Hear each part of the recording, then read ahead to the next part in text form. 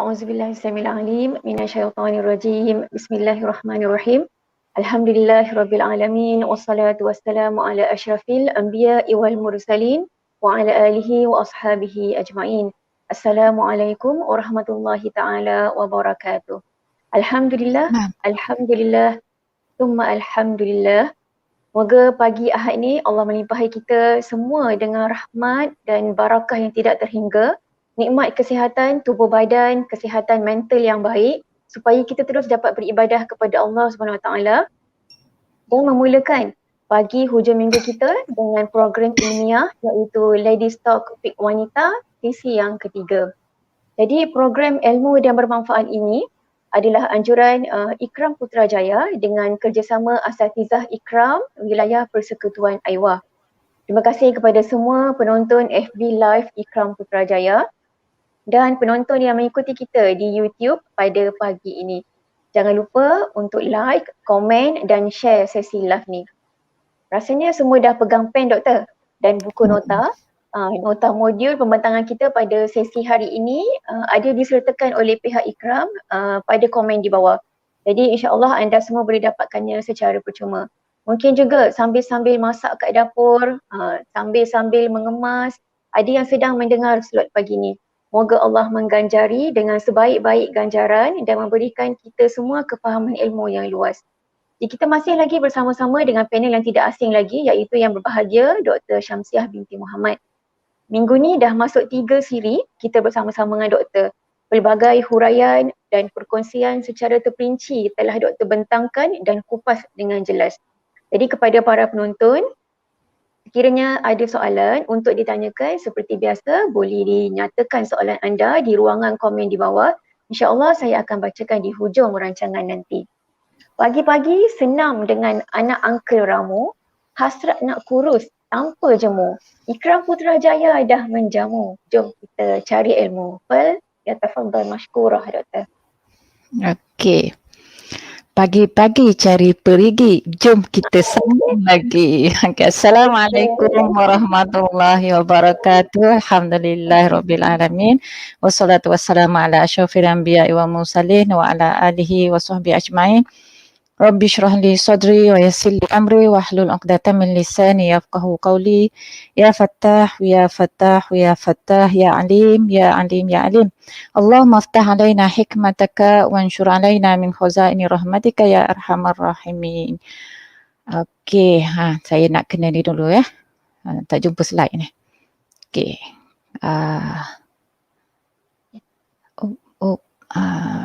Boleh nampak ke? Saya gerakkan, nampak tak pergerakan dia? Silap ni. Silap tekan slide. Kejap. Yang ni. Betul Nampak? Identiti darah doktor. Pembahagian darah nampak? Bergerak slide. Okey. Okey. Alhamdulillah. Okey. Bismillahirrahmanirrahim. Okay, kita tengok hari ni sebelum kita masuk bab istihadah sebentar lagi. Yang ni saya nak terang 5 minit je. Laju sikit boleh baca sendiri. Mudah sikit yang ni. Okey. Identiti darah, kaedah kenal pasti kekuatan dan warnanya. Kenapa kita perlu kenal warna darah? Kenapa kita perlu kenal kekuatan dia? Sebab dalam bab istihadah, banyak kali saya ulang, kita tak boleh kata 15 hari pertama haid, 15 hari kedua istihadah. Tidak semestinya. Tidak semestinya, tapi ada kes berbetulan memang 15 hari haid, 15 hari berikutnya adalah istihadah. Ada berbetulan, tapi itu bukan kaedah yang kita boleh pegang dalam semua situasi. Okey, ada perkara dia berbetulan berlaku begitu. 15 hari pertama haid, 15 hari kedua istihadah, tapi bukan dalam semua situasi istihadah.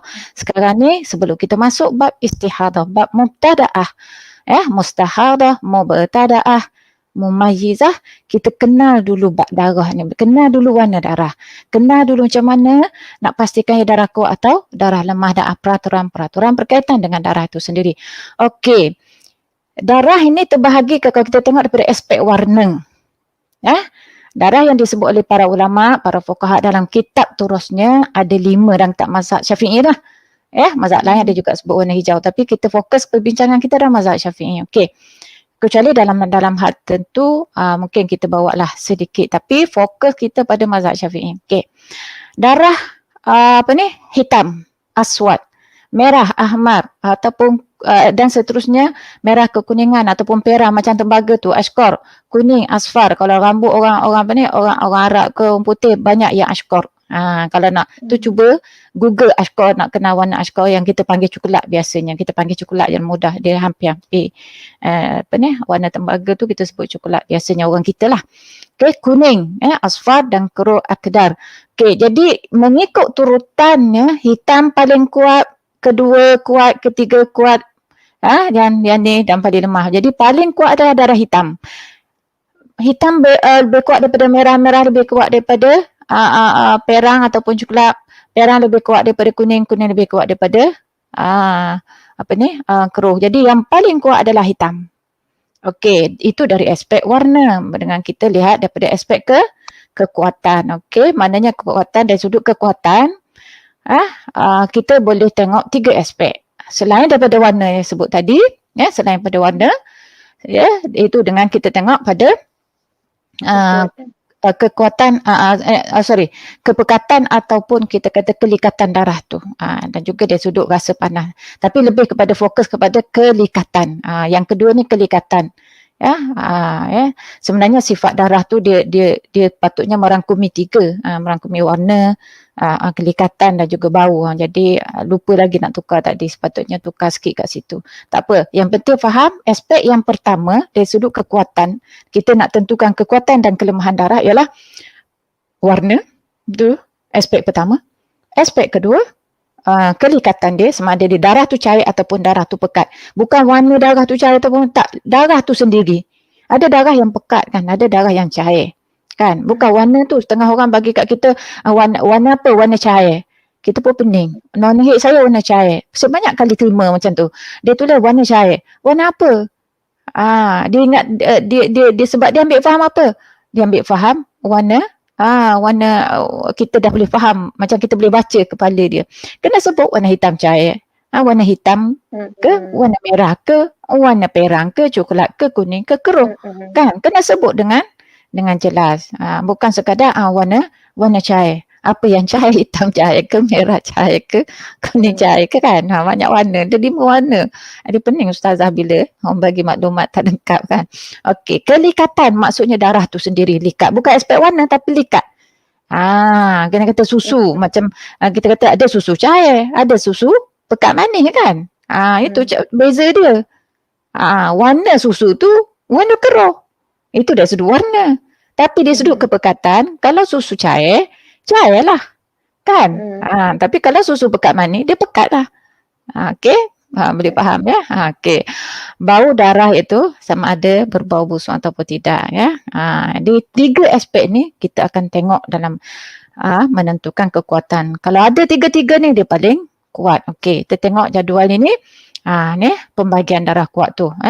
Dari sudut warna, sifat dan bau. Kalau ada ketiga-tiga ciri ni, ada 3 ciri dari aspek hitam. Lepas tu dari aspek kelikatan dia pekat. Dari aspek bau dia berbau. 3 tu makna dia paling kuat. Kalau hitam, cair, tak berbau, berbanding dengan merah, pekat dan berbau, mana lebih kuat? Mestilah merah. Lebih kuat daripada darah hitam tadi. Sebab merah dia ada dua sifat. Ada dua ciri. Okey, dari sudut warna dia kalah dengan warna hitam, betul lah kan? Hitam menang. Tapi dari sudut kepekatan dia menang. Darah merah menang. Dari sudut bau dia juga menang. Jadi dia ada 2 sifat. Jadi siapa yang lebih kuat? Darah merah yang pekat dan berbau berbanding darah hitam yang cair dan tidak berbau, sebab dia ada 1 ciri sahaja, iaitu warna mana ada aspek warna sahaja. Begitulah seterusnya ya. Seterang ringkas saja. Nanti buatlah analisa sendiri. Okey. Jadi jika dalam tempoh istihadah terdapat 2 darah yang berhimpun dan masing-masing ada unsur yang berbeza. Ingat tak yang selepas ni ke? Saya lupa. Yang nanti selepas ni kita akan ajar peringkat-peringkat langkah-langkah tu. Okey. Jadi kita tengok masing-masing ada unsur yang berbeza, seperti maknanya dia hitam pekat dengan hitam busuk. Ada 2, semua 2-2. Hitam pekat dengan hitam busuk. Dia sama kuat tu. Merah pekat dengan merah busuk. Sebab dua ciri apa ni masing-masing ada macam hitam pekat dengan hitam busuk, dua ciri. Dua-dua ada dua ciri. Sama kuat lah kan? Merah pekat dengan merah busuk ada satu ciri. Okey? Mana dia sebut kepekatan tu sendiri lah. Okey? Nak banding dengan warna hitam lah. Kalau merah nak banding dengan kuning, mestilah merah pekat dengan kuning pekat, menang merah pekat lah. Sebab dia sudut warna merah menang. Kan? Okey. Itu kena faham. Hitam cair dengan hitam tak berbau. Sama-sama lemah. Okey? Macam mana kita nak tentukan haid? Katalah 15 hari datang hitam cair. Kemudian 15 hari datang hitam tak berbau. Semua warna hitam. Tetapi satu cair, satu tak berbau. Yang mana satu darah haid? Ustazah, adakah ini bab ghair mumayyizah sama warna? Tidak, tapi kita tengok pada siapa yang keluar dulu. Kalau cair yang keluar dulu, maka dia. Kalau yang tak berbau keluar dulu, maka dia lah. Itu cara kita menentukan sama darah tu lebih kuat ataupun dia sama level. Okey. Yang ini kena faham betul-betul. Ramai yang tanya, Ustazah, darah saya coklat campur merah. Coklat campur merah. Coklat ada sikit garis merah. Jadi kena faham. Warna darah lemah, ya, bermaksud 100% warna lemah dan tak bercampur dengan warna kuat. Walaupun hanya segaris. Kalau darah merah tu, kita nampak lepas tu ada segaris merah. Segaris hitam. Makna kita kena catat kat buku kita yang saya ajar dulu, ada berapa kolom, 5 kolom ke 6 kolom tu, catat warnanya apa, ruang kolom warna tu apa, warna hitam.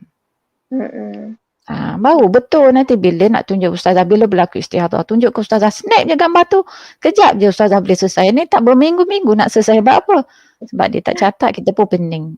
Dia pun nak marah kat kita sebab lambat jawab. Sebenarnya sebab tak cukup maklumat. Macam mana Ustazah nak jawab? Bab hukum tak boleh main-main. Kan? Kadang-kadang bila kita tanya, dia nak tanya soalan, bila kita minta maklumat detail, dia senyap terus. Lepas tu kita tanya, kita follow up lagi, dia senyap terus. Saya pun tak faham kenapa dia nak tanya ke dia tak nak bertanya. Kadang-kadang macam-macam kerana orang yang bertanya ni. Okey. Last sebelum kita sebab saya nak masuk istihadah sebenarnya hari ni. Okey. Ini isu yang menjadi khilaf tentang warna kuning dan warna keruh.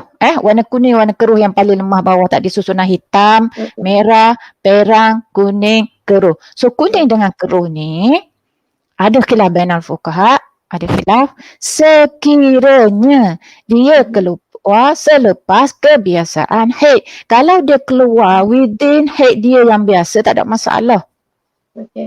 Haid dia 7 hari, haid dia 10 hari. Dia keluar dalam tempoh 10 hari tu, tak ada isu, tak ada masalah, tak ada khilaf, ittifaq, semuanya haid.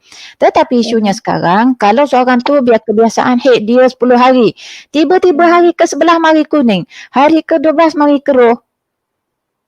Tapi tak lebih lagi 15 hari, 15 malam. Adakah kuning dan keruh itu dikira haid? Khilaf bainal fuqaha, tapi pandangan jumhur ashabus Syafi'i kesemuanya dikira haid. Sebab apa? Mereka berasaskan selagi mana benda tu, yang inilah qaul mu'tamad, mana selagi mana benda tu darah tu keluar dalam tempoh 15 hari 15 malam, maka dia kira sebagai istihad, sebagai haid kesemuanya. Dia kira sebagai haid kesemuanya. Ustaz Ahmad kalau saya tersasu kena tegur tau. Biasalah tengah mengajar ni dia perasan kadang-kadang dia tak sedar, dia sebut salah. Kepala nak sebut lain, mulut sebut lain. Itu yang saya risau tu. Nanti kan viral pula jadi kata Ustazah mengajar sesat, ilmu sesat. Okey. Okey, tapi Abu Sa'id Al-Istakhri ni lah kata-kata ulama Syafi'i, dia kata kalau kuning tu, ni contoh saya bawa kat sini kuning kan, saya bawa warna kuning. Haid dia kebiasaan haid dia 5 hari. Lepas tu keluar pada sekiranya berlaku darah dia keluar 5 hari hitam, 5 hari merah, 5 hari kuning. Hak merah ni dia tak ada khilaf. Sebab dia darah kuat lagi. Betul juga kalau coklat dia tak khilaf. Walaupun keluar selepas pada hari kebiasaan haid. Tapi bila yang jadi khilaf, bila keluar kuning. Contohnya sama juga 5 hari hitam, kata tu terus mari kuning ataupun mari keruh. Dia jadi khilaf lah. Khilaf. Mengikut ashab, jumhur ashab Syafi'i, semuanya dikira haid. Mengikut Abu Sa'id Al-Istakhri dan sependapat dengannya, maknanya warna kuning ataupun warna keruh selepas kebiasaan haid itu tidak dikira sebagai haid. Tapi dia turut bersetuju bahawa kalau dia masih dalam mana, kalau dalam kebiasaan dia haid 5 hari kan. Kalau mari tiba-tiba bulan berikutnya berlaku dalam tempoh ni, tak ada khilaf, dia pun kata semua haid. Tu jangan silap faham ya. Jadi kita tak pakai pandangan kedua ini kecuali pada musim haji ataupun umrah. Ketika jemaah umrah ataupun jemaah haji dah terdesak nak balik dah ni, nak pergi Madinah dah ni, tawaf tak buat lagi. Kita tahu dalam manasikul haji wal umrah, dalam kita kata perbuatan haji dan umrah ini semua boleh buat orang yang berhaid ni kecuali tawaf. Bila dia tak boleh tawaf, mana dia tak boleh sa'i. Bila dia tak boleh sa'i, mana dia tak boleh bergunting lagi, belum tiba masa. Kalau umrah lah. Kalau umrah, kita cakap umrah. Haji ni dia, sebab dia ada boleh susunan masa dia. Okay. Sekarang kita cakap tentang dalam umrah, dia akan efek. Kalau haji, mungkin tawaf itu saja yang dia belum buat. Sebab kemungkinan dia buat dah tawaf selepas tawaf kudung contohnya. Kan dia dah buat sa'i selepas tawaf kudung. Kalau dia buat haji ifrad dengan haji iqran. Okey. Jadi sampai mana tadi Ustazah? Kuning dia tadi tu memang kuning lah doktor. Ya, kuning. Warna kuning, warna keruh. Jadi kalau di musim haji ni memang Jawatankuasa Penasihat Ibadah Haji TS JAKIM memutuskan bahawa dalam kita tak nak, kenapa keputusan ni dibuat? Kita tak nak mereka yang pergi umrah, mereka yang pergi haji balik saja-saja. Jadi sebab itu dalam situasi terdesak, kita cuba korek juga pandangan yang ada yang berkata sekian-sekian. Jadi ketika terdesak, ini salah satu penyelesaian. Katalah masa nak tu, Ustazah, saya ni dah kuning dah, saya biasa haid saya 7 hari, tapi Allah takdirkan masa mari buat umrah ni ada kuning-kuning, manjanya ni. Saya dah lebih dah, kebiasaan saya 7 hari je kat Malaysia, tak pernah pun daripada kecil sampai sebelum saya mari buat umrah. Allah uji saya macam ni. So saya esok nak balik dah ni, tak dah ni kalau saya tak buat ni. Sebab kalau kita tak pakai pandangan kedua ini, dia terpaksa datang balik, dan itu mungkin belum tak ada rezeki sekarang ni dekat 10,000 untuk umrah saja. Untuk haji tak tahu faham lah ya. Jangan nak minta kita kata nak minta lagi subsidi daripada tabung haji. Kalau kita nak tabung haji tu survive, janganlah beban macam tu sekali. Sebab umrah saja pun dekat 10,000 dah sekarang ni, kita kena faham. So dalam situasi ini kita akan putuskan, okey Puan Hajar, ataupun kita kata Puan, Tuan tak adalah Tuan tak terbabit.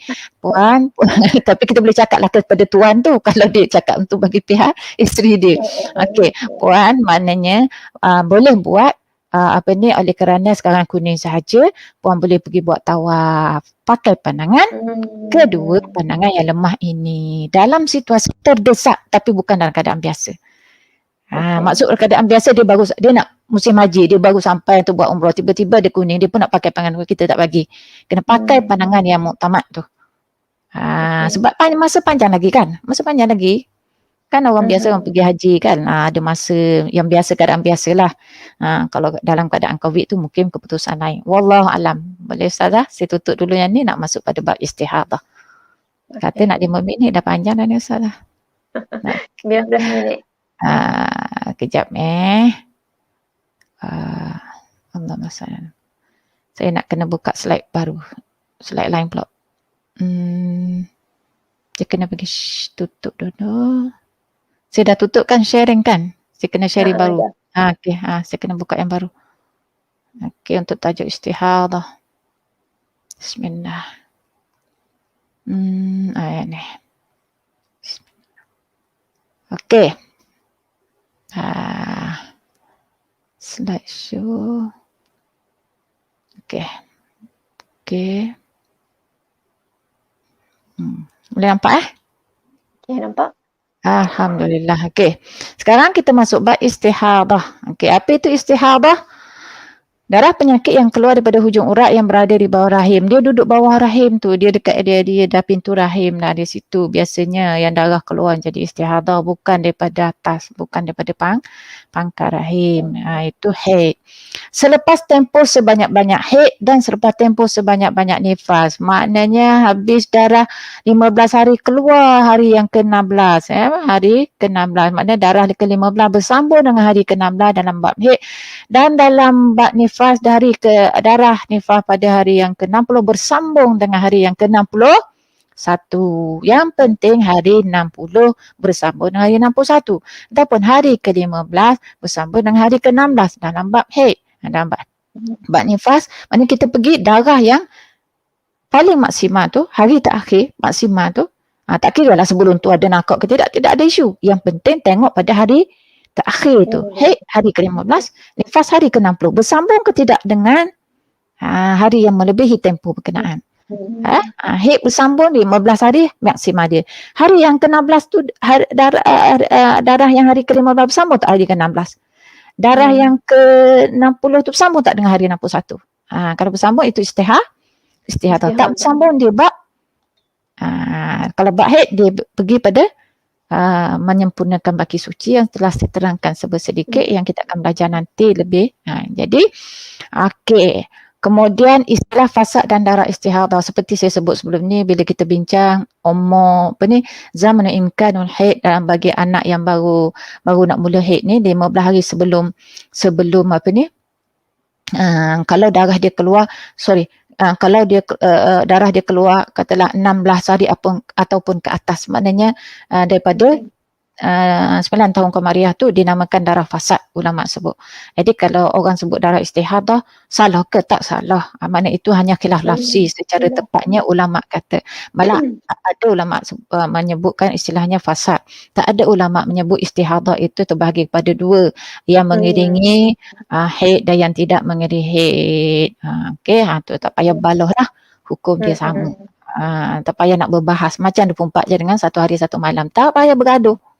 Benda tak melibatkan perubahan hukum lain. Kalau sebut darah fasad tu hukum dia lain, sebut darah istihadah tu hukumnya lain. Tak apalah, baguslah berbahas macam kita fatrah dengan nakak. Kan dia ada perbezaan antara keduanya.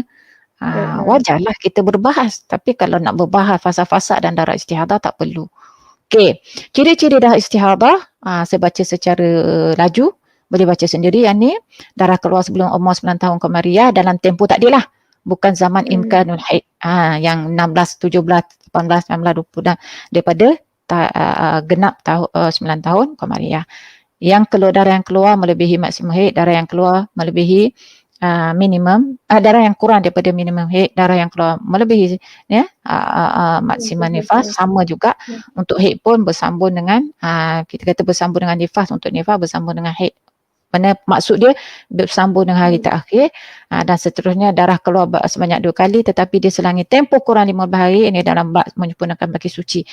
Kenapa letak kat sini? Sebenarnya kalau kita, ini ciri-ciri darah istihadah yang kita panggil darah yang keluar dalam tempoh suci tu pun kita ulama sebut itu darah fasad. Kenapa ulama sebut darah fasad tapi boleh kita sebut darah istihadah? Sebab tu dia masukkan di sini, sebab memang common ni orang ramai, orang awam dia faham apa-apa darah dia tahu dua je, sama ada tu darah haid ataupun darah istihadah. Jadi tak salah kalau dia tak sebut fasad pun tak ada isu. Kalau kalau ulama sebut dalam kitab itu istilahnya adalah fasad, tak payah kita petikai bab itu.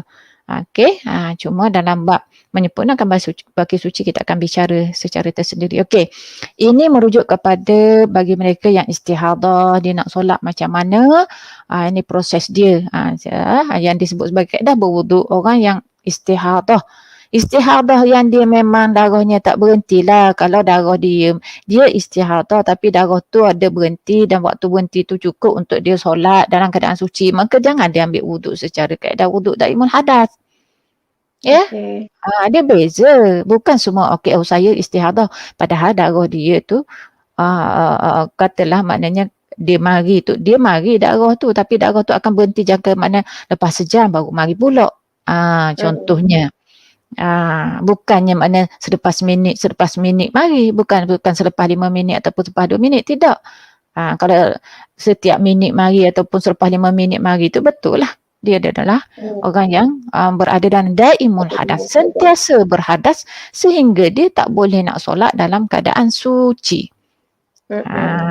Jadi kalau dia boleh sembahyang dalam keadaan suci, walaupun dia beristihadah, iaitu ketika mana darah dia memang berhenti dalam tempoh tertentu yang memuatkan dia boleh solat secara sempurna, dia boleh ambil wuduk seperti biasa, bukan kaedah daimul hadas. Okey. Kaedah wuduk daimul hadas, yang pertama, langkah pertama dia mesti bersihkan faraj. Langkah kedua saya sebut ringkas je ni, boleh baca lanjut daripada ni. Langkah kedua wajib sumbat faraj dengan kapas dan seumpamanya, melainkan jika menyakitkan, dia tak selesa. Mana dia tak selesa, kulit dia sensitif. Orang wanita ni dia berbeza, setengah orang dia tak selesa. Kalau anak dara lagilah. Kalau mak dara pun dia tak rasa, dia rasa tak selesa, atau mungkin infection. Ada kebimbangan infection, dia sensitif, jadi gatal-gatal. Dia tak pakai tak apalah, tak sumbat. Ataupun dia sedang berpuasa. Maka dia terus buat yang ketiga, iaitu membalut faraj. Jika sumbatan itu tidak menghentikan darah, itu bagi orang yang buat langkah 2 dan langkah 3, dia boleh buat yang 2 dan dia boleh buat yang 3. Tapi kalau dia tak boleh buat yang 2, dia pergi yang ketiga, iaitu dia balut faraj dia. Tapi kena pastikan pakai dengan kemas. Ni saya sebut mana bukan seluar dalam tu, seluar longgar seluar yang dah londeh. Biar dia pegang elok-elok. Mana pad itu, pegang pad tuala wanita tu kemas. Dia tak bergerak sana sini. Sebab kita tak nak nanti darah tu pergi ke sana, pergi sini, dia duduk tetap dalam tu. Kalau yang londeh, mungkin dia akan keluar daripada kawasan tu, terkena kat peha dan sebagainya. Itu maksud dia, mana tak meleleh keluar. Dan yang keempat, berwuduk. Yang kelima, tunaikan solat. Kesemua ni kena buat secara mualat. Langkah 1 dan langkah 4 mesti dibuat setelah masuk waktu berwuduk, memanglah. Kita tahu dah. Tapi langkah 1 hingga langkah 4 juga mesti dibuat setelah masuk waktu solat. Maknanya nak bersih farad tu tunggu azan dulu, baru boleh bersih farad. Lepas tu seterusnya langkah 1, 2, 3 dan 4. Seterusnya untuk solat. Semuanya mesti mualat, berterusan. Dan untuk daripada langkah 4 ke 5 tu, daripada dah habis wuduk untuk tunaikan solat, kita boleh lewat, tak dikira terputus mualat itu kalau kelewatan itu disebabkan oleh melakukan perkara yang berkaitan dengan solat, seperti menutup aurat. Kita nak tutup aurat orang perempuan kan, orang lelaki dia tak ada masalah kan, dia tak perlu pakai telekung, dia tak perlu gini, dia cepat ambil gitu-gitulah dia solatnya kan. Dia pakai t-shirt, dia solat je lah dengan t-shirt, selagi mana menutup aurat kan. Jadi mudah. Tak sama dengan kita, banyak prosesnya. Okey. Itu juga kalau dia nak solat berjemaah kan, dia dah ambil wuduk, semua langkah 1, 2, 3 ikut secara mualat. Tapi dia pun mari masuk duduk dekat sekarang kita solat berjemaah mana, Tok Imam tak masuk lagi, kita tunggu kat situ. Ataupun kerana kita buat solat sunat dulu, tak ada masalah, tak ada masalah. Dan satu wuduk hanya untuk solat, bukan untuk maknanya lepas ambil wuduk tu dia pergi bancuh kopi. Lapar pula rasa ni. Pergi bancuh kopi, tapi tak adalah orang bancuh. Ataupun ada orang telefon. Bancuh kopi tu macam tak logik sangat kan. Orang telefon, dia pun angkat telefon. Tengok Ustazah Mai call. Orang kena jawab Ustazah Mai call. Okey, tak boleh, mesti terus tunaikan solat. Nak jawab balik kau lepas pada solat. Kalau tak, kena buat balik proses. Sebab jadi batal tak muah, tak berlaku mualat. Jenuh lah. Okey. Satu wuduk hanya untuk satu solat fardu. Kalau dia nak qada pun dia kena ambil lain, dan juga wuduk yang sama boleh digunakan untuk beberapa sunat. Kena ulang balik langkah 1 mengikut pandangan yang asah. Faham? Bila saya sebut asah, maknanya ada pandangan kata tak perlu ulang. Kecuali ambil wuduk saja. Wuduk tak ada khilaf dari sudut ulang. Langkah 1 hingga langkah 3, terutama kalau darah tu tak banyak. Inilah pandangan yang kita pakai bila masa umrah dan masa haji. Sesak dekat dekat Allahumma salli ala Muhammad, dekat masyair tu kan. Ataupun kita bila dah keadaan sesak sangat tu, nak keluar masjid susah. Terkentut. Batal dah ambil wuduk tadi ikut kaedah dah. Lepas tu terbatal nak keluar balik. Masya Allah. Ada air spray ni. Tapi Ustazah Hajar kena buat balik langkah 1, langkah 2, langkah 3. Kena pergi toilet kan. Faham je lah, toilet dekat sana nak keluar tu jangan harap boleh masuk. Keluar boleh, masuk tak semestinya dapat. Okey. Jadi kerana itu kita dalam keadaan terdesak, kita membolehkan mana dia cuma ambil wuduk sahaja, tak perlu ulang 1, 2 dan 3 sekiranya darah itu tidak meleleh. Itu syarat dia. Okey. Begitu juga kalau kita tengok dalam keadaan, sebab ada kes-kes orang istihadah yang berlaku pada saya, yang mari mengadu pada saya, dia ada fibroid dan Allah takdirkan sentiasa berdarah, dan sebelum ni bila dah ni dia merujuk saya, dia kata ustazah macam mana ni saya begini-begini, jadi banyak benda yang dia kena qada. Dia bila dia nak qada dalam masa istihadah ni, dia kata ustazah takkan saya nak buat langkah 1 sampai langkah 4 darah saya kena qada banyak kali ustazah, lencun dah. Jadi saya bagi pandangan, saya kata pakai pandangan yang kedua, iaitu ambil wuduk sahaja untuk solat qada. Maknanya dia kena ulang lah bila dia nak qada, katalah dia nak qada asar, dia solat asar, nak qada asar, lepas tu nak qada zuhur, nak qada zuhur. Maknanya setiap kali solat tu dia ambil wuduk je lah selagi mana darah tu. Tapi kalau dia nak qada tu ada 5 waktu, boleh lagi dia nak ulang, ataupun kita kata 3 waktu je nak kena qada. Tapi kalau dah berpuluh hari, bukan berpuluh waktu, puluh hari. Jadi itulah kita kata, maknanya ni case to case basis, kita jangan ambil dalam situasi biasa pakai pandangan yang muktamad, pakai pandangan yang asah. Kita jangan pandai-pandai nak ambil yang memudahkan, walaupun kita tahu kita belajar ada pandangan yang lebih mudah. Jangan mempermudahkan, tapi dalam situasi yang terdesak kita boleh pakai pandangan kedua. Okey? Jadi okey, seterusnya jika darah terhenti, darah istihadah tadi terputus, sama ada selepas berwuduk atau semasa berwuduk atau semasa solat, kita tengok kalau masa berhenti tu memuatkan, kita kata bolehlah, mana kalau berhentinya tu dengan waktu nak habis waktu ni, ada masa tu cukup untuk kita ambil wuduk dan kita solat. Mana katalah 10 minit, ambil wuduk 5 minit, solat 5 minit, 10 minit sebelum habis waktu solat lah. Jadi kita wajib ulang balik. Kalau tak cukup, kata 5 minit je lagi nak habis waktu, tiba-tiba darah istihadah terputus, wajib tak kita ulang wuduk baru? Tak. Proceed dengan wuduk daimul hadas tersebut. Okey? Okey, seterusnya. Yang ini bagi perhatian. Bagi perhatian ini yang diajar oleh inilah Syekh Mansur. Kalau siapa yang beli buku baru, dia ada sebut langkah-langkah ni. Buku lama yang setebal 1000 muka surat, yang 3 kilo tu saya pun tak larat nak angkat. Kalau buku baru tu dia nipis sikit lah, dia buat jilid banyak jilid lah, wallahualam berapa jilid akan jadi. Dah ada penambahbaikan. Okey, dalam nak menyelesaikan yang ni, ingat dalam nak menyelesaikan masalah istihadah, kita orang yang baru belajar, kalau orang yang dah dalam kepala dia benda ni berlaku, memanglah bila dia tengok tu, dia tengok terus, maknanya dia secara proses tu macam tu lah. Proses 1 hingga ke 4 tu dia terus dah ada proses tu. Tapi bagi kita yang baru belajar, mungkin kita pergi satu. Kan? Sebelum kita jadi mahir, kita belajar dulu step by step, macam kita belajar 1 campur 1, 2, begitulah seterusnya. Lepas tu, kita tak adalah. Kita tengok tu, dah sekali imbas je, tengok dah.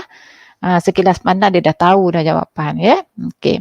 Langkah pertama, jumlahkan semua darah termasuk dengan kalau ada nakak, hari-hari nakak. Contoh, 5 hari darah, 5 hari nakak, 5 hari darah, 10 hari darah.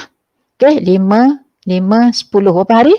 Kesemuanya 20 hari. 20 hari bermakna lebih daripada 15 hari, 15 malam.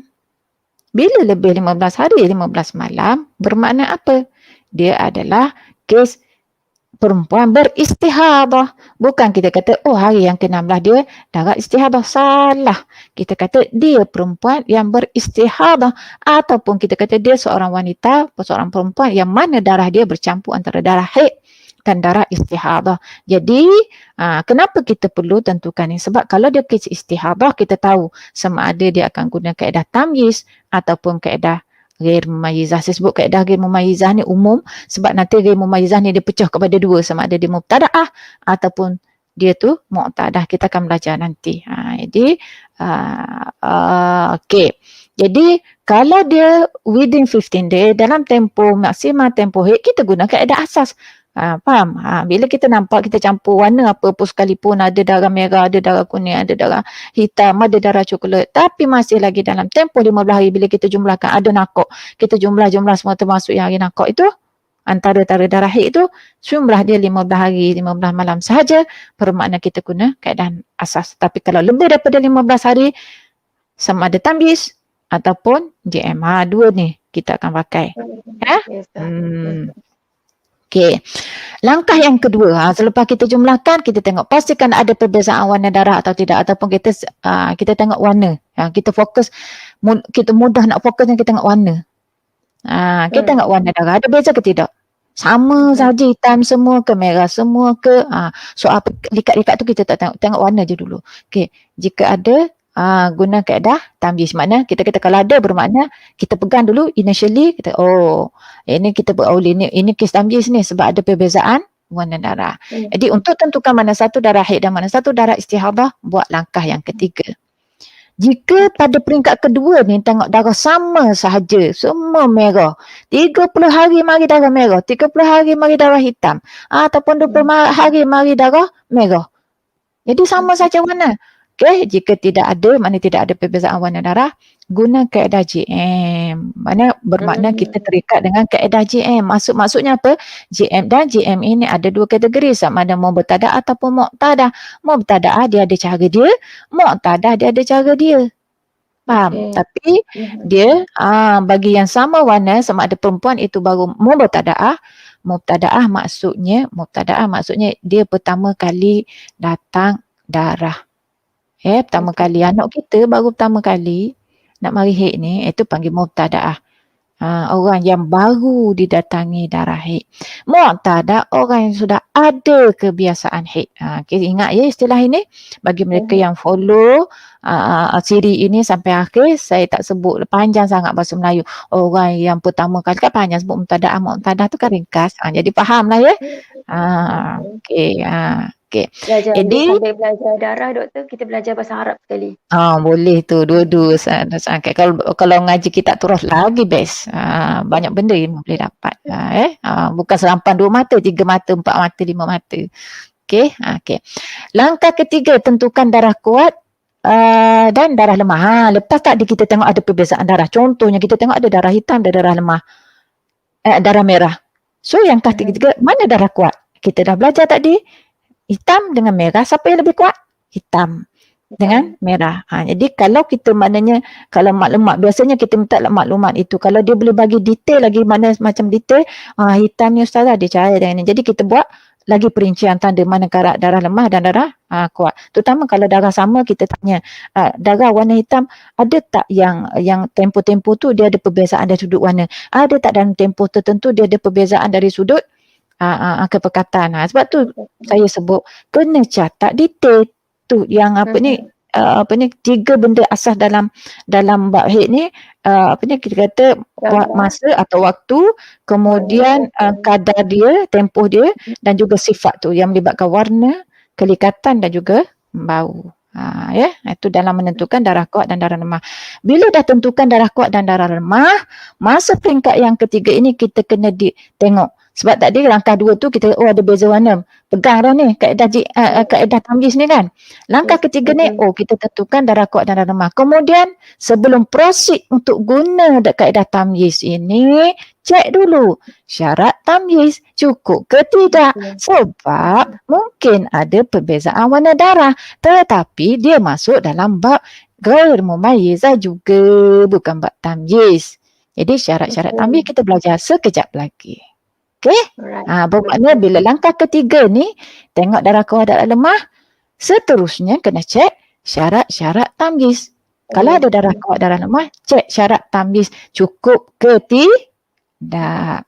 Okey, dan akhir sekali dah decide gitu, tentukan hukum. Mana satu darah haid, mana satu darah istihadah. Selesai. Mudah kan? Nampak mudah langkah tersebut, tapi mari kes yang complicated seminggu tak siap. Okey. Apatah lagi kalau kita minta maklumat esoknya baru bagi, kita pula esok busy. Lepas tu bila kita tanya dia, lusa pula dia jawab, jadi bagilah seminggu 2 minggu baru selesai. Okey, kita masuk, nak minum air sikit, kering dah. Okey Doktor, sila. Okey, ada soalan tak? Kita buka sekejap lagi. 45 minit.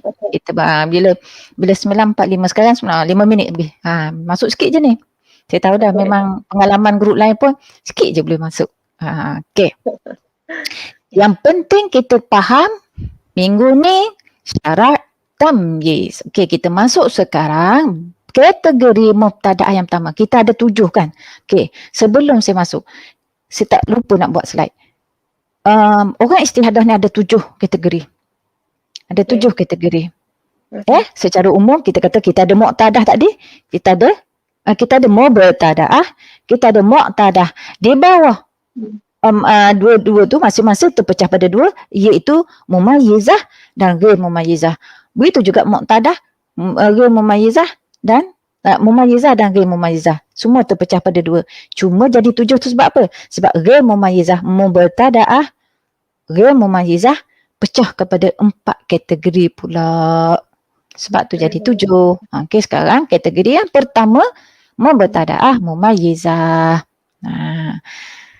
Kalau faham dan hadam betul-betul mubtada'ah mumayyizah, bila kita masuk bab mu'tadah mumayyizah nanti 99% sama sahaja jawapan dia, hukum dia sama. Sebab apa? Dia guna kaedah tamyiz, takkanlah berbeza pula kat sana kan? Betul tak?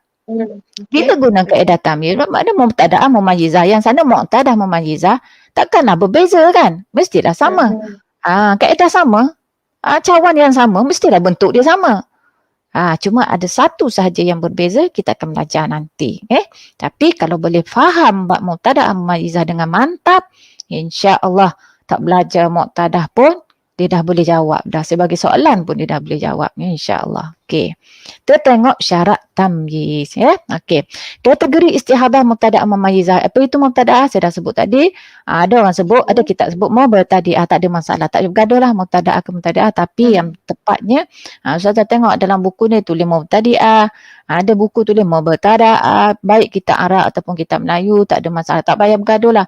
Tapi walaupun yang betulnya mubtada'ah, Ustazah pun setuju. Rasanya yang mubtada'ah tu lebih betul, sebab bukan kita mendatangi darah tu datang pada kita. Maknanya darah itu yang mendatangi kita.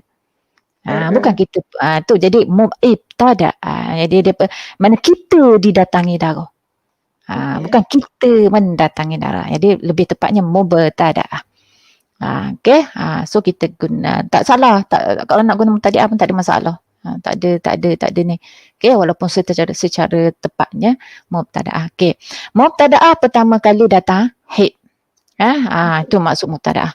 Okey, mumayyizah pula yang boleh bezakan sifat darah itu ada darah kuat dan darah lemah. Okey, dia ni darah baru pertama kali dan dia boleh bezakan darah. Dah ada darah hitam, dah ada darah lemah. 15 hari hitam, 15 hari merah, ataupun 15 hari merah, 15 hari hitam. Okey. Hukumnya apa? Guna kaedah tamyiz, iaitu darah kuat adalah dikira sebagai haid, manakala darah lemah dikira sebagai istihadah. Okey, bila kita kata perempuan ini yang beristihadah ini dia kategori mumayyizah. Bila dia kategori mumayyizah, dia kena guna kaedah tamyiz. Kaedah tamyiz tu apa maksud dia? Iaitu kaedah tamyizud dam, perbezaan darah, membezakan darah itu darah kuat dikira haid, darah lemah dikira istihadah. Maknanya dalam tempoh darah lemah itu dia dikira suci bila diputuskan istihadah. Ulama sebut dalam kitab dia sebut, dia kata dalam tempoh tu dia sebagai tuhur, suci. Sebab dia nak set minda bahawa dalam tempoh darah istihadah tu sebenarnya kita berhukum dengan hukum suci walaupun ada darah. Okey, faham. Kenapa dia nak kita set, dia sebut tuhur supaya kita set minda, kita wajib solat, kita wajib puasa kalau bulan Ramadan. Jadi untuk pakai kaedah tamyiz ini yang saya sebut tadi, langkah kedua bila ada nampak beza darah kita pegang dah kan, kunci tamyiz ni, kaedah tamyiz ni.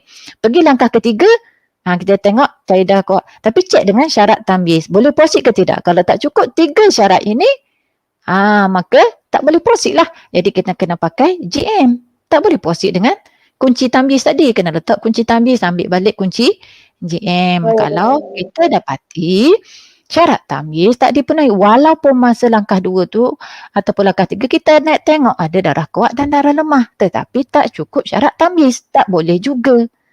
Okey. Syarat pertama dan syarat kedua. Saya sebut di sini, okey Ustazah, kalau orang yang advance dia dah baca banyak kitab. Nanti kita tunjuk akhir nanti Ustazah ya. 2 minit sebelum akhir kita tunjuk darah apa ni? Kita ada apa minit? Habis ni sikit lagi saya nak habis. Okey, tak boleh tunjuk buku lagi. Syarat pertama, syarat kedua adalah untuk darah kuat. Dia mudah je nak ingat. Syarat pertama, syarat kedua berkenaan darah kuat, dan syarat ini sama seperti darah haid, syarat darah haid. Kenapa sama Ustazah? Sebab kita dah putuskan dalam bab, kalau kita guna daerah kaedah tamyiz, kita kata darah kuat itu sebagai darah haid.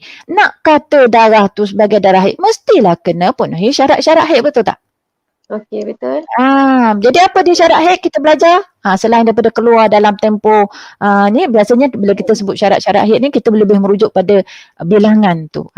Kita dah faham biasanya dalam tempoh kemungkinan tu, biasanya kita dah faham secara tak langsung lah. Okey. Itu darah kuat tak boleh kurang daripada minimum haid. Dengan kata lain, darah kuat tak kurang daripada sehari semalam ataupun 24 jam. Bukankah itu syarat haid kan? Yang kedua, darah kuat tak melebihi maksimum haid. Jadi 1 dan 2 ini adalah syarat-syarat yang tally dengan syarat haid. Ingat, darah kuat, kita kata kalau nak buat rumusan dalam bab tamyiz dan syarat tamyiz, darah kuat mesti memenuhi syarat darah haid, iaitu tak boleh kurang 24 jam, tak boleh lebih 15 hari 15 malam. Okey. Syarat yang ketiga pula berkaitan dengan darah lemah. Sebab dia ada darah kuat, darah lemah kan. Kita nak pakai tamyiz, tadi kita kata tamyiz tu melibatkan darah lemah dan darah kuat dan darah lemah. Masing-masing ada syarat. Okey, syarat kuat ada 2. Nanti bila dalam proses pembelajaran saya akan sebut je syarat tamyiz 1, syarat tamyiz 2. So masing-masing kena set dalam minda. Mesti ingat, mesti hafal. Bila sebut syarat tamyiz 1 dah tahu dah apa benda yang merujuk pada apa. Bila syarat tamyiz 2 apa dia? Syarat tamyiz 3 apa dia? Dah faham dah. Bila dah setting dah dalam minda kita. Okey. Darah lemah keluar secara berterusan muttasilan, iaitu tidak terpisah dengan darah kuat. Okey, tidak terpisah dengan darah kuat. Kalau dalam buku Syekh Maulana dia sebut tak terpisah dengan darah kuat, dan juga nakok saya tak pakai yang nakok tersebut dia setelah saya merujuk beberapa contoh dalam kitab Al-Majmu', yang biasanya kitab Majmu' ini adalah asas dalam kita memahami persoalan haid. Jadi sebab tu saya letak garis kat situ, saya underline kat situ, kalau darah lemah tu dia datang berterusan, iaitu tidak terpisah. Dia bukan misalnya hitam, merah, merah, hitam, merah, hitam, merah, hitam. Kalau dia berlaku begitu, dia boleh bukan lagi bab mumayizah yang kita akan detailkan nanti. Okey. Dan dia boleh berlaku darah lemah ini sama ada dia datang 15 hari ke atas ataupun kurang daripada 15 hari. Dan ada buku lain ditambah. Dia syarat yang keempat, iaitu biasanya dia letak nombor 3 lah. Yang nombor 3 Ustazah sekarang yang dalam slide ni dia letak nombor 4, iaitu darah lemah hendaklah cukup 15 hari. Kenapa Ana tak letak kat sini syarat ini? Sebab dia bukan syarat yang terpakai untuk dalam semua, maknanya bukan syarat umum. Dia syarat khusus. Jadi 3 ni yang kita kena pegang kemas-kemas. Yang 15 hari tu, kata darah lemah tu mesti cukup 15 hari tu dalam kes kalau mana dia berada, darah lemah duduk tengah-tengah, sebelumnya ada darah hitam dan selepasnya ada darah hitam. Jadi darah kuat yang selepas ni nak kira darah haid, dia mesti yang darah lemah kat tengah ni cukup 15 hari, 15 malam ataupun lebih. Itu kita akan belajar nanti. Wallahu a'lam. Kita tengok kepada soalan. Setakat ni je kita boleh pergi.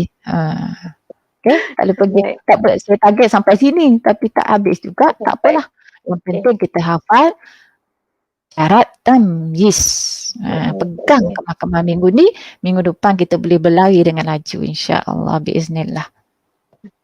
Alright doktor, so alhamdulillah kita dah belajar hingga modul ketiga hari ini doktor dalam pembahagian darah, dan sangat unik lah apa yang kita belajar ni.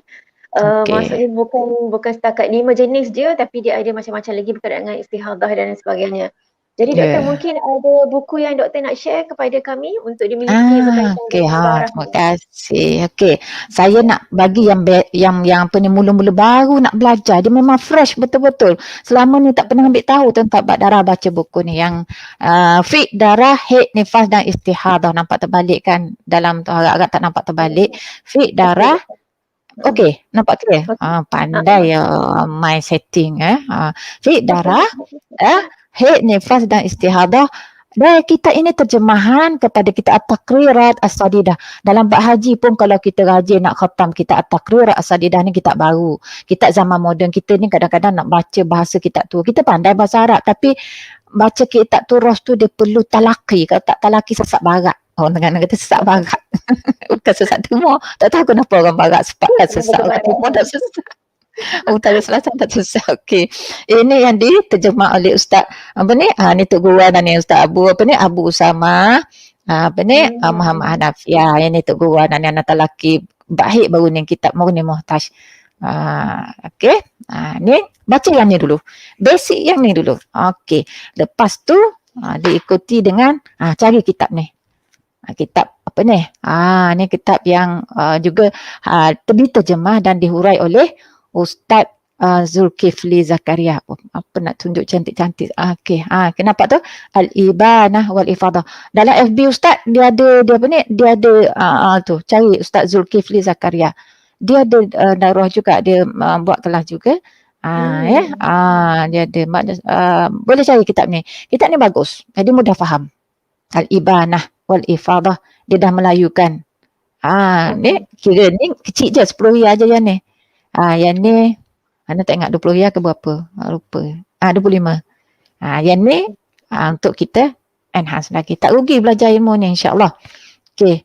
Dan bagi yang mahir bahasa Arab, okey, sebelum tu. Bagi yang nak mendalami lagi. Tengok kitab ni pula.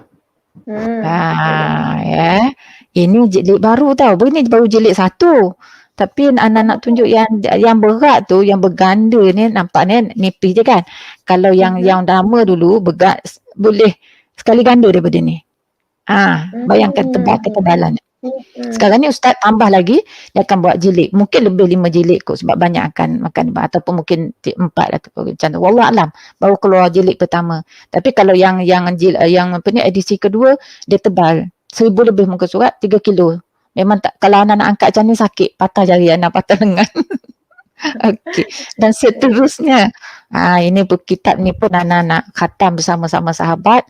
Kitab ni bagus sebab dia sebenarnya kalau kita tak larat nak ngadap Al-Majmu', ambil kitab ni.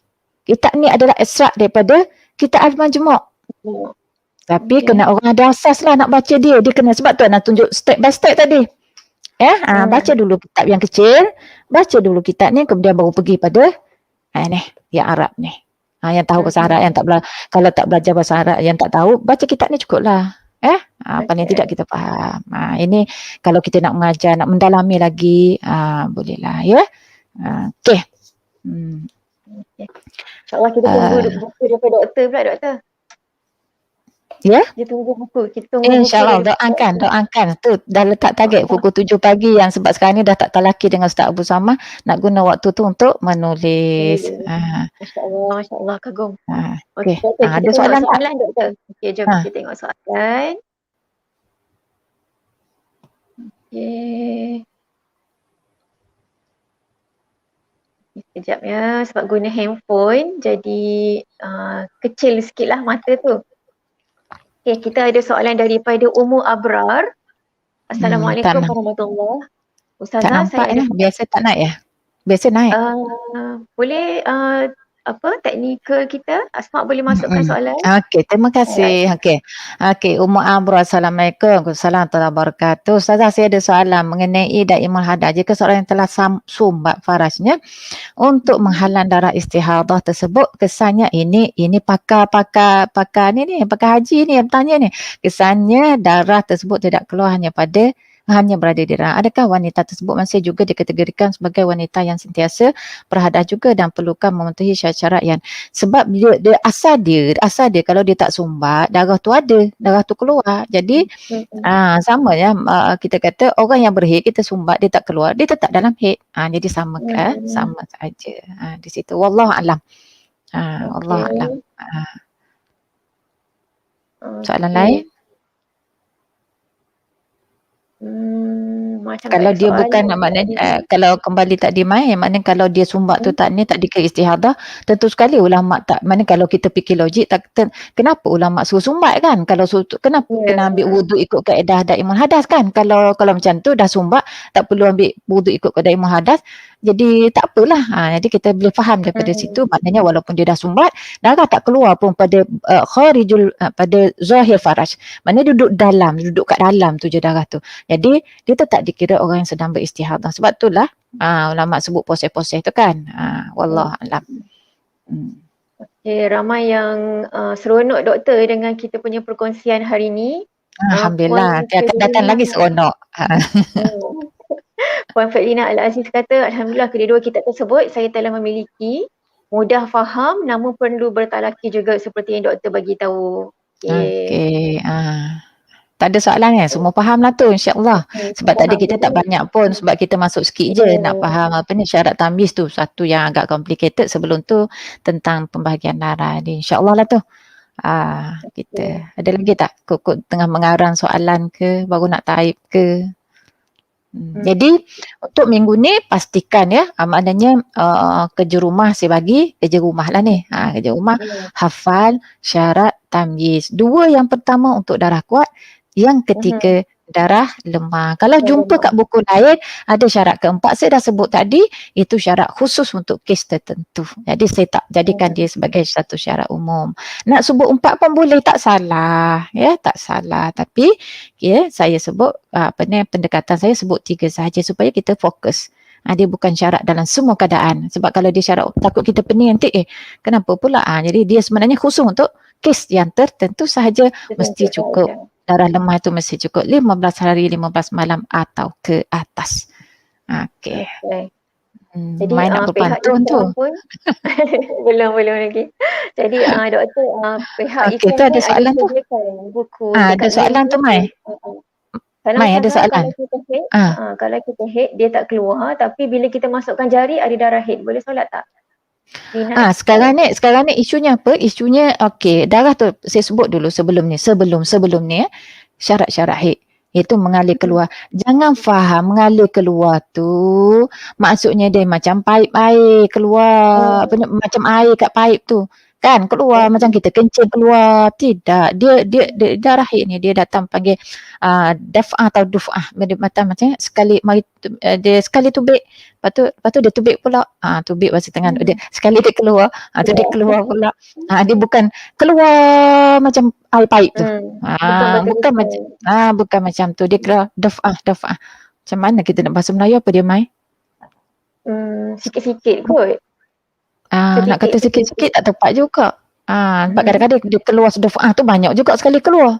Maknanya dia bukan berterusan lah, bukan makna mutasilan macam tu. Jadi bila mengalir keluar tu bukan tu maksudnya. Jadi kalau katalah kita kata darah tu dah keluar sikit, katalah kita nampak dah spotting dekat pad kita, dekat pad, ataupun masa kencing tu nampak darah ada, kita pun ambil kapas cek kat dalam ada. Maknanya dan kita sekarang ni memang dah masuk, sebelum ni dah lebih dah 15 hari suci. Ni dah kita lalui kalau orang Muqtadah lah. Jadi kita kira itu hari kira permulaan haid kita dah start lah tu. Berkala.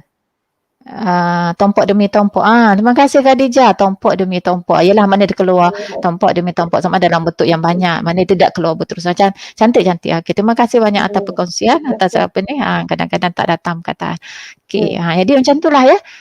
Jadi jawapan untuk tadi. Manakala kita akan belajar nanti yang dinamakan sebagai fatrah. Dia ada dua istilah, fatrah dan nakak. Kita belum belajar. Kita akan belajar. Dah belajar Mai kan? Fatrah dan nakak tu kan? Dah belajar sebelum ni. Okey. Okey. Cuma saya nak sebut, saya nak sebut sikit dah alang-alang bertanya ni Mai. Bila dalam masalah kalau kita jumpa buku, kalau macam karangan Ustazah Anisa ataupun kita kata dalam slide kusuk asal haji, dia akan sebut rukun haid adalah mengalir keluar. Okey, dia sebut rukun haid. Jadi dalam mazhab Syafi'i kalau cari memang dia kata ini daripada mana, kitab mana, sesat barat ni. Bukan sesat timur, bukan sesat selatan, sesat barat. Okey. Jadi dari kat mana? Sebenarnya al-aslu kalimah tersebut disebut secara jelas dalam mazhab, kitab mazhab Hanafi. Dia kalau nak kata darah tu tiba darah, dia mesti keluar dulu. Mana untuk yang pertama lah.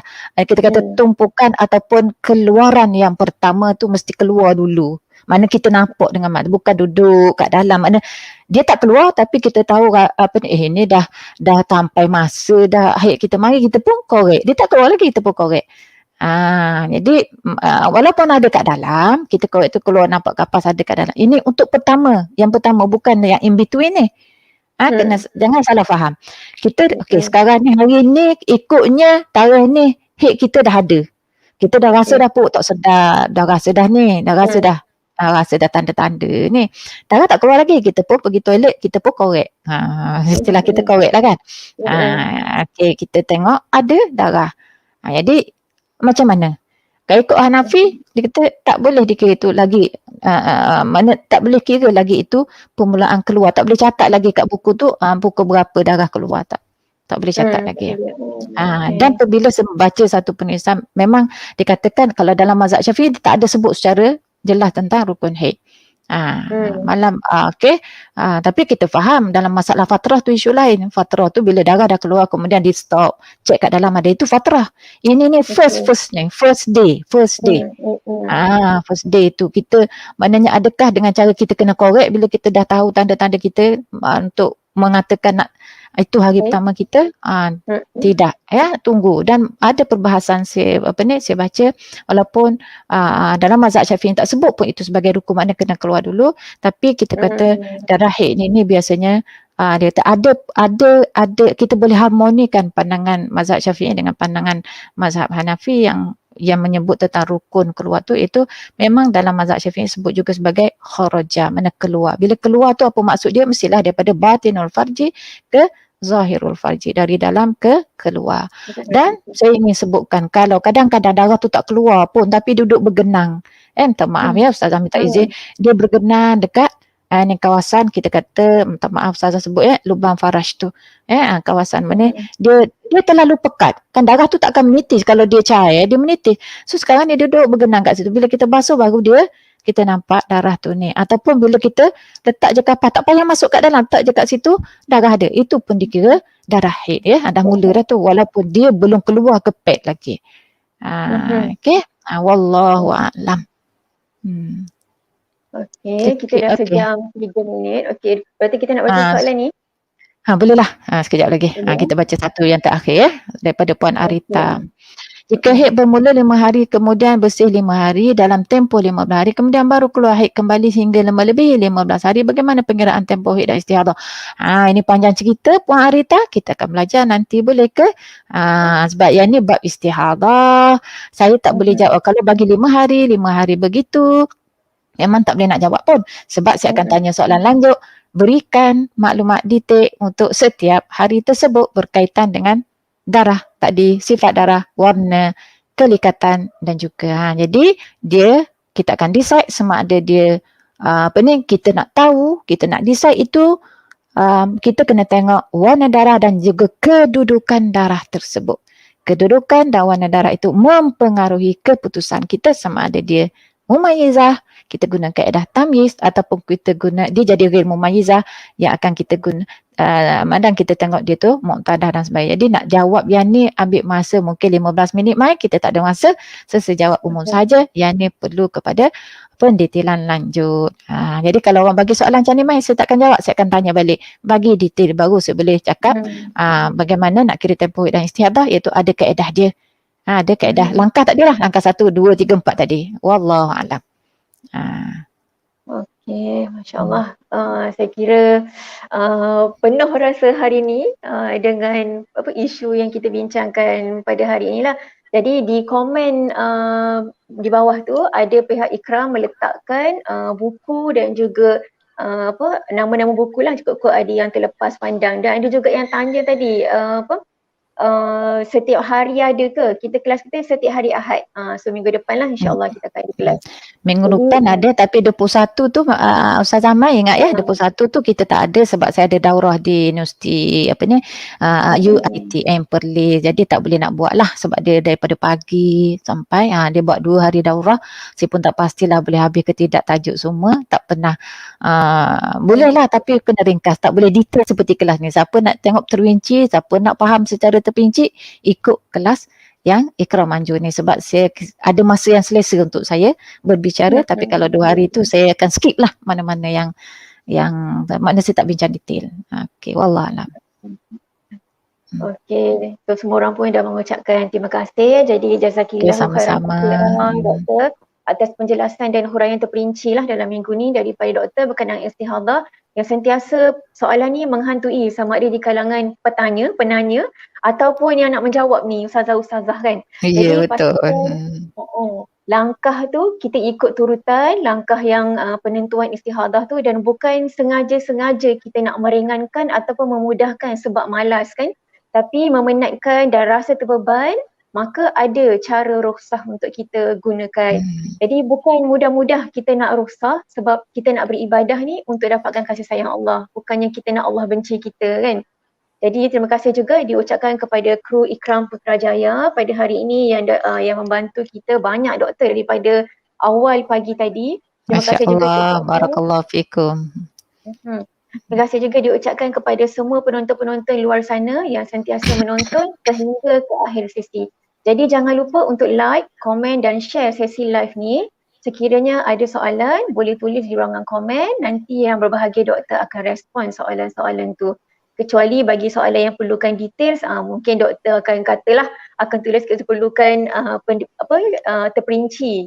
Jadi jangan lupa minggu hadapan pada hari yang sama, masa yang sama, hari Ahad 9 pagi 15 Ogos, kita akan bincang lebih banyak lagi berkenaan dengan darah dalam modul yang keempat. Jadi seperti biasa juga, duduk di beranda gigit jari sambil pandang rus yang tak berbunga lagi. Terima kasih semua untuk kali ini. InsyaAllah Ahad depan jumpa lagi. Wabillahi taufiq wal hidayah. Wassalamualaikum warahmatullahi ta'ala wabarakatuh. Assalamualaikum warahmatullahi wabarakatuh.